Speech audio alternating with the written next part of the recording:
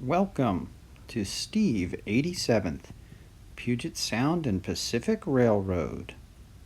Hi everyone, this is Steve 87th PSAP Railroad, or Puget Sound and Pacific. This is my channel, and I just wanted to invite you guys to come along and watch as I build my railroad, build up some kits, do some kit bashing, and running trains like the one behind me. So if this is what you guys like to watch, stick around for a while and see if you like the channel.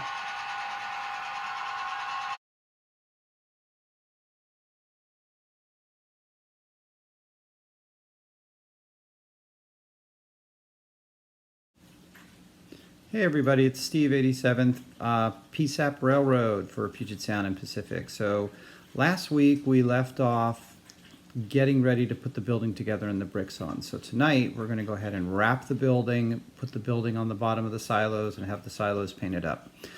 The next installment we'll go ahead and finish off the top roof. So just a little background, the bottom building is actually going to be where the funnel sections would be, and any of the equipment and machinery to drop the aggregate back to get it back underneath the railroad tracks and up into the concrete mixing plant. So that's what we're going to work on today. So let's get to it. All right, so I've temporarily affixed the two concrete walls on either side, or the two block walls on either side, because I want to be able to cut this at the right place where it needs to be cut at.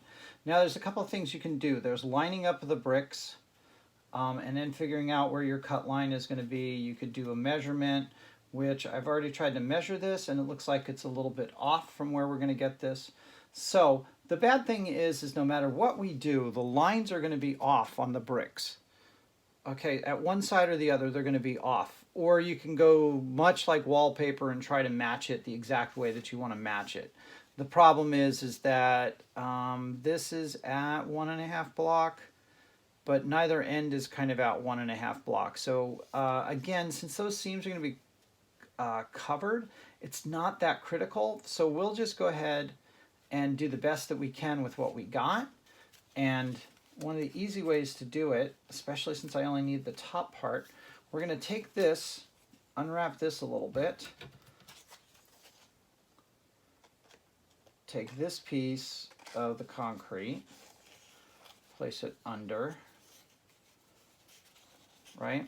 So basically, you just want to find out where we're going to wind up on this wall.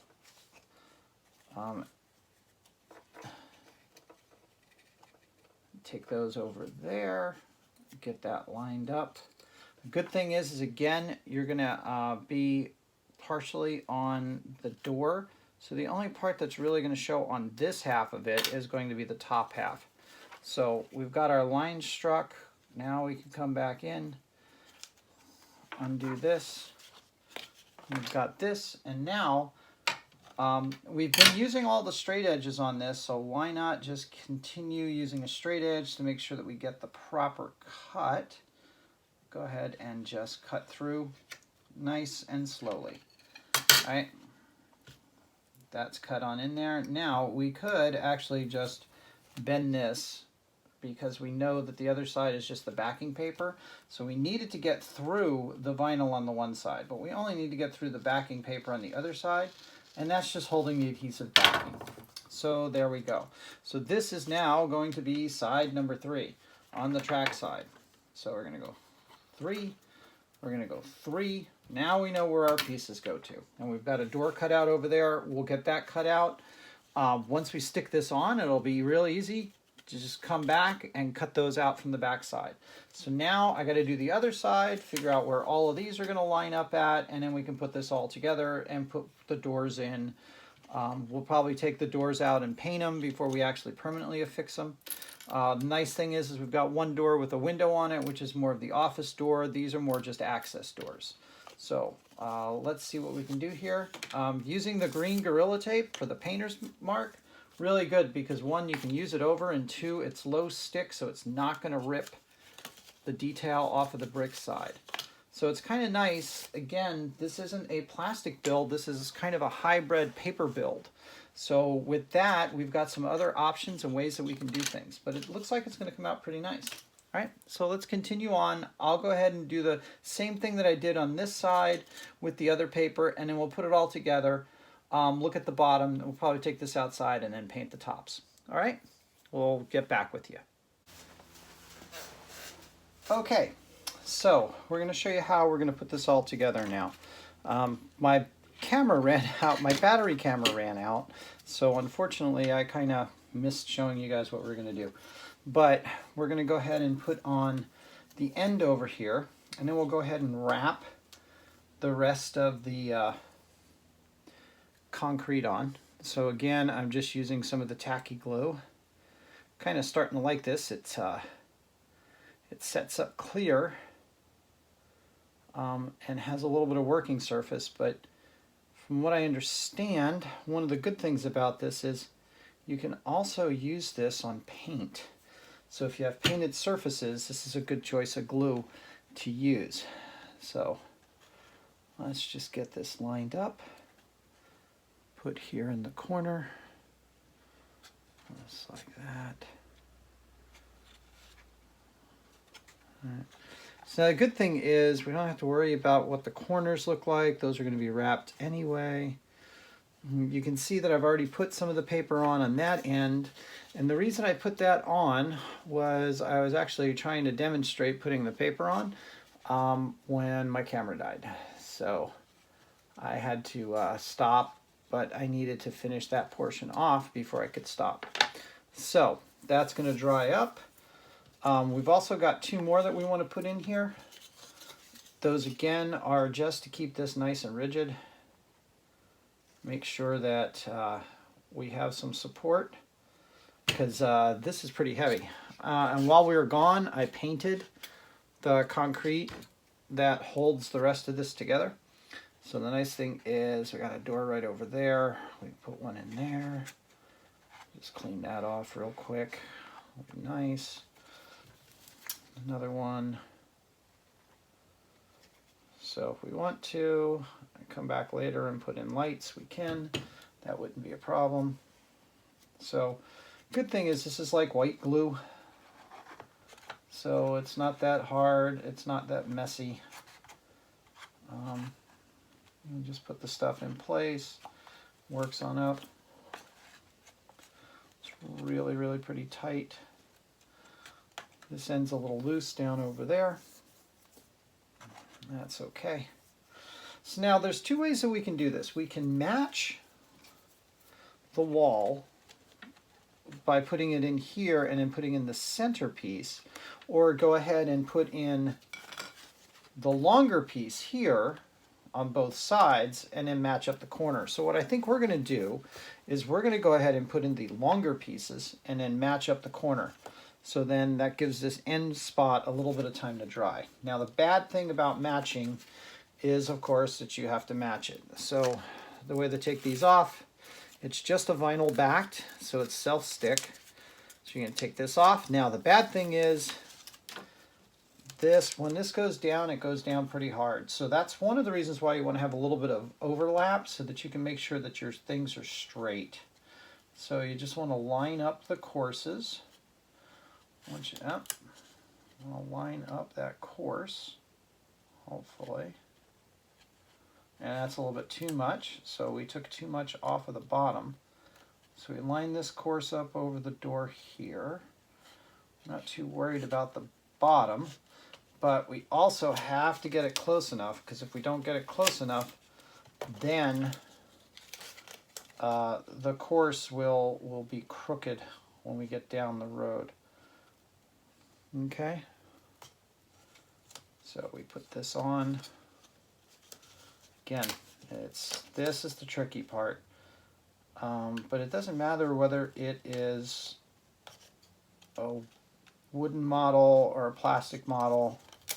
You always have some problems when it comes to sticking stuff down straight,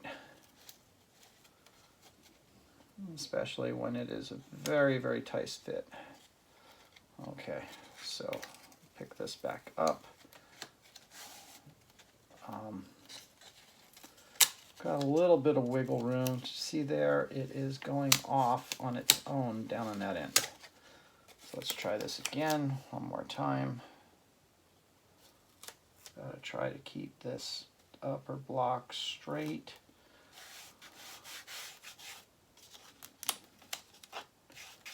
Try to feather this down. It's almost like putting a decal on. Okay. So in this case, somehow we actually cut the concrete wall less than 12 feet. So it didn't quite take all the way along. But again, one of the good things is there's a door there. We're going to cut that out a little bit. We'll be able to make that up.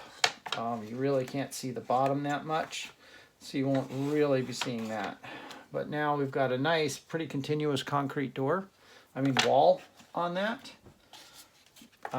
Let's flip this over to the other side. Let's put this one on. The good thing is, by doing this, I've only got one more piece to put on, which is the one that we're going to wrap around the corner. Okay, so by doing the wrapping one last, if there's any overlap or anything like that, we can easily trim it before it gets too far. Okay, so now this one is a little crooked, but it fits down a lot better. Again, this seam here should take a little bit more time. It is just a little crooked, but it's a little too late now. But we're going to cover that up when we put the tower in, because it's going to be right in the center of that. So that'll make that nice. And then lastly, we've got to do the wrap around the corner. Okay, so we're on our last piece of paper to get on here. Again, you want to make sure that you're kind of pre-bent so that you already have the thing laid in there pretty tight. Match up those bricks the best you can. Put this on down. So we missed a little bit. I need to make it just a little crooked going in. Again, having the doorway is going to make that a lot better. Take this off. Kind of got that a little messed up.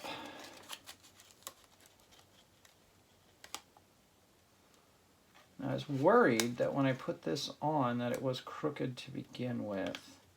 So it kind of was. That'll take care of that. Get this up, push it a little bit. And if we have to, we can try to move the paper a little bit. Again, the top portion is going to be covered. You're not going to see that that much.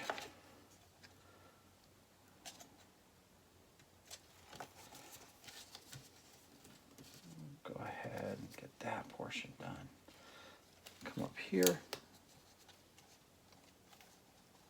Strengthen that building a little bit. And then hopefully, just a little short. Came up just a tiny bit short right above that door there. We'll fix that up by putting something there to hide it. Okay, but now we've got all that done. I'm just going to come in, I'm going to cut out all the doors, and I'm going to loosely fit those other ones on to just show you what it's going to look like. Okay, I'll be back. All right, so we have completed wrapping the building, and we are now going to trim out for the doors. I've trimmed the first couple of doors and realized that it was better to wrap the paper around the inside of the doors or around the openings and wrap it all the way through rather than try to cut them out square, just in case we decided to change how we were going to do the doors or if we were going to leave an opening, so that you got that concrete block turned all the way around. On the larger door, we did the same thing. So what I'm doing is I'm cutting a 45-degree angle down from the top corners and then cutting about 1/4 of an inch or so in. And then the same on the top, cutting down about 1/4 of an inch to 1/2 of an inch, just to allow for some wrap to go on. And you can see here, we wrap this around, and it sticks on both sides. And then we wrap the other side. Now, this is where the messy hobby room starts to get me. So it was a little too tight to get my knife in there to get a good clean cut without making it really difficult. So now I get to look for my scissors. I put them down someplace, but they're somewhere on my messy desk.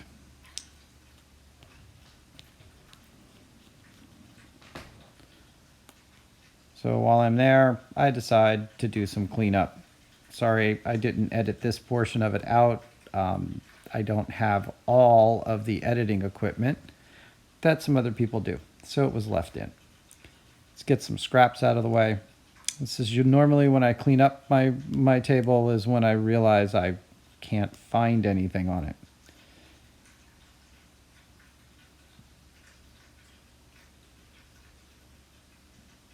Now, one thing that happens when you wrap this is it actually makes the opening a little more narrower.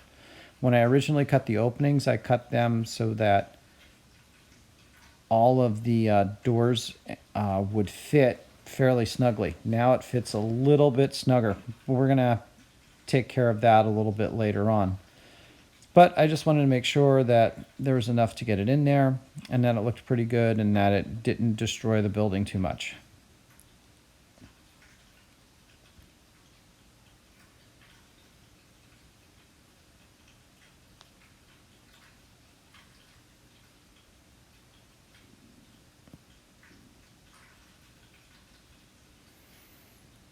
Again, this was another part where I realized that it would have been nicer to break one of the sections off at that big garage door. So here's an attempt to close up that big gap that's above the entry door that I left. Because it's all the same pattern and it's repeating, I was figuring it would be nice and easy to just go ahead, cut a piece. And so what I did is the reason it looks like it's taking me so long here, I'm actually cutting straight up along the course so that I have all of the bricks that I need to make sure that they match, right? So you have to have a full course of brick so that you actually know how to line it up. So I got around to the point where I could line it up, I could see where it was at, but there was a problem with this. It doesn't stick to itself. So I didn't find that out till at this point in time.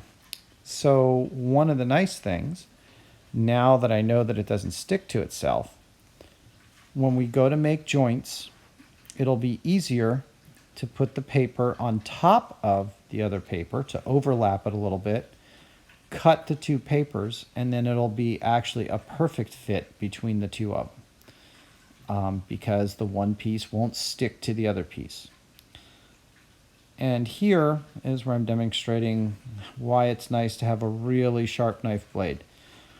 I purposely did this to make sure that I had some overlap on the top so that I could go ahead and trim this up as far as possible. So by just using the knife along the top, I can go ahead and cut off the excess along the top so that it makes it easy to trim it. The sharp knife actually makes it really good too. Oops. All right, so I've gone ahead and attached the lower part of the building to the base using the tacky glue. Now, one of the nice things about the tacky glue was I was able to do this upside down because as soon as I glued it, boom, it just kind of stayed on there. So I put it on upside down. You can see that there's the white glue in there, which isn't bad. there's some little captures and all that. And again, you're not going to see a lot of that, which is why we're going to put some pressure on it. But that's what the building is going to look like. The door's not in yet. We'll put that up a little bit later. And again, we had some little issues here and there. So we're going to turn this back on over. The nice thing about the tacky glue, if this was white Elmer's glue, that thing would have fallen off by now. But it tacked it right on there. So I'm able to turn this back over so that now we can put enough pressure and heavy weights on this to weight this down and to try to get the best seal that we can on that. And then we'll come back later. Okay, so it's always good to just have a bunch of heavy stuff around and put those on there. And that's going to be it for today. Thanks. This is Steve 87th PSAP. That's going to conclude our build for tonight. Next week we'll go ahead and start on the top section. We're going to be building up the conveyor system that's going to be hidden and probably do some more painting, get a little bit more stuff finished, and get this a little bit more complete. So this is going to be the end of part 3. So come back next week and we'll start on the next section of the build. Thanks for showing up.